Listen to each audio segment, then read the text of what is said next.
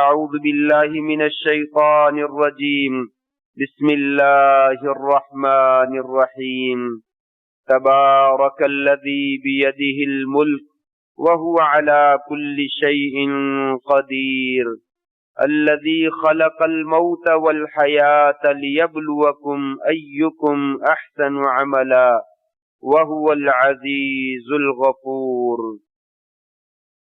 بابرکت ہے وہ ذات جس کے ہاتھ میں بادشاہت ہے، اور وہی ذات ہر چیز کے اوپر قدرت رکھنے والی ہے۔ وہ ذات جس نے موت کو اور زندگی کو پیدا فرمایا ہے تاکہ وہ تمہاری آزمائش کرے تم میں سے کون اچھے عمل کرنے والا ہے، اور وہی زبردست غالب ہے اور خوب بخشنے والا ہے۔ حضرات گرامی قدر، معزز سامعین سامعات، بزرگوں، دوستوں، بھائیوں، معززات ماؤں، بہنوں اور بیٹیوں، اللہ تبارک و تعالی نے یہ کارخانہ حیات، یہ کارخانہ زندگی، یہ دنیا کی حیات اور موت کا سلسلہ اللہ کریم نے صرف اور صرف لوگوں کی آزمائش کے لیے بنایا ہے۔ ساری زندگی انسان آزمائش میں ہی گزارتا ہے۔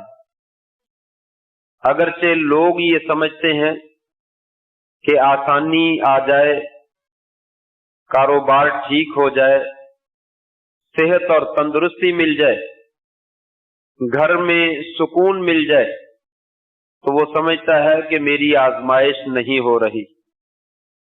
اور اگر کاروبار نہیں چل رہا، بیماریاں جان نہیں چھوڑ رہی، اور گھر کے حالات درست نہیں ہیں، بارشیں نہیں ہو رہی، یا سیلاب زیادہ آ رہے ہیں، زلزلے زیادہ آ رہے ہیں، تو انسان سمجھتا ہے میری آزمائش ہو رہی ہے۔ حالانکہ ایسا نہیں ہے۔ دنیا میں دو ہی حالتیں ہیں، دونوں حالتوں میں ہی انسان کی آزمائش ہو رہی ہے۔ صحت ملی ہے یا بیماری ملی ہے، آسانی ملی ہے یا تنگی ملی ہے، خوشحالی ہے یا قحط سالی ہے، معاملات بہت اچھے چل رہے ہیں یا معاملات خراب چل رہے ہیں، دونوں حالتوں میں انسان کی آزمائش جو ہے وہ کی جا رہی ہے۔ یہی اللہ تبارک و تعالیٰ نے یہاں پہ ذکر کیا جو میں نے سورہ ملک کی ابتدائی 2 آیتیں پڑھی ہیں۔ اللہ تعالیٰ فرماتے ہیں، اللہ تعالیٰ کی ذات بابرکت ہے جس کے ہاتھ میں ساری کائنات کی بادشاہت ہے، اور وہ ہر چیز پر زبردست قدرت رکھنے والا ہے۔ اور اللہ ہی وہ ذات ہے جس نے موت اور زندگی کو پیدا کیا۔ زندگی بھی اس کے ہاتھ میں ہے، موت بھی اس کے ہاتھ میں ہے۔ زندگی ہے تو تب بھی آزمائش ہے، موت ہے تو تب بھی آزمائش ہے۔